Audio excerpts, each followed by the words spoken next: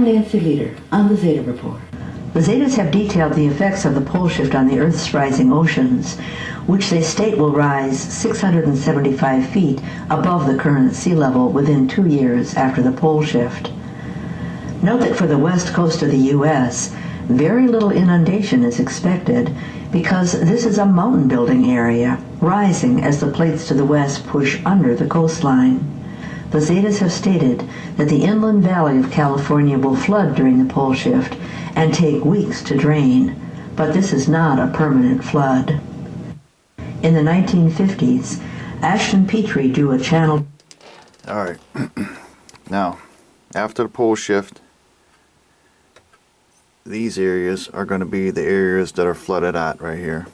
Okay, up the Mississippi Valley, East Coast, Gulf Coast here, West Coast. Okay, so I was a nuclear biological chemical specialist in the Army Reserves, went down Fort McClellan and all that stuff like that. Okay, NBC, nuclear biological and chemical. Now with their depopulation of the planet agenda, New World Order, a population of planet agenda. Okay, 5%, but or a little bit less of the world's population is like the ruling class elite, and they want to control the planet. Well, there's too many people. Yeah, they're not going to be able to implement it. We will overrun them. They thought about using chemicals on us. They tried in different areas, United States, Russia, China, different places around the world. They found out that if you would fill up the stadium, Dallas, Texas stadium, with a chemical that would kill everybody, that it would be like a can of Raid trying to kill cockroaches in New York City. Okay, there's just so many people. They couldn't build enough chemicals. They couldn't disperse it enough ways to destroy everybody. So chemicals are out.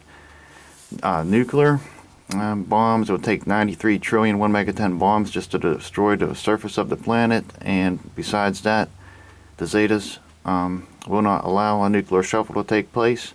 So the nuclear bombing is out. So they can't do it that way. So the next is biological, but biological cannot be controlled.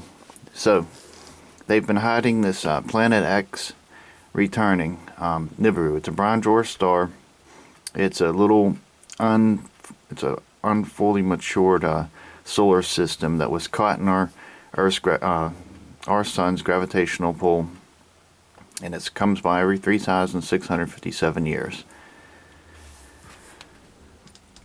The last time it passed was during the Great Flood of Noah, and it's here to return again about 2036, 2040, and there's a 100-year plan from 1940 to 2040 to prep up for it. They're building underground bases, deep underground military bases and tunnel complexes, magneto-levitation trains that can go in excess of 1,500 miles per hour under the United States. Joined us with Russia, joining us with China. We can drive 18-wheelers all across the country underground. They're storing up, stocking up for this pole shift that's coming to take place. This Nibiru, this brown dwarf star, and its orbiting bodies that are returning. And they don't want anybody to know because they're going to use this to their advantage. They want put everybody in these locations they're going to get flooded at.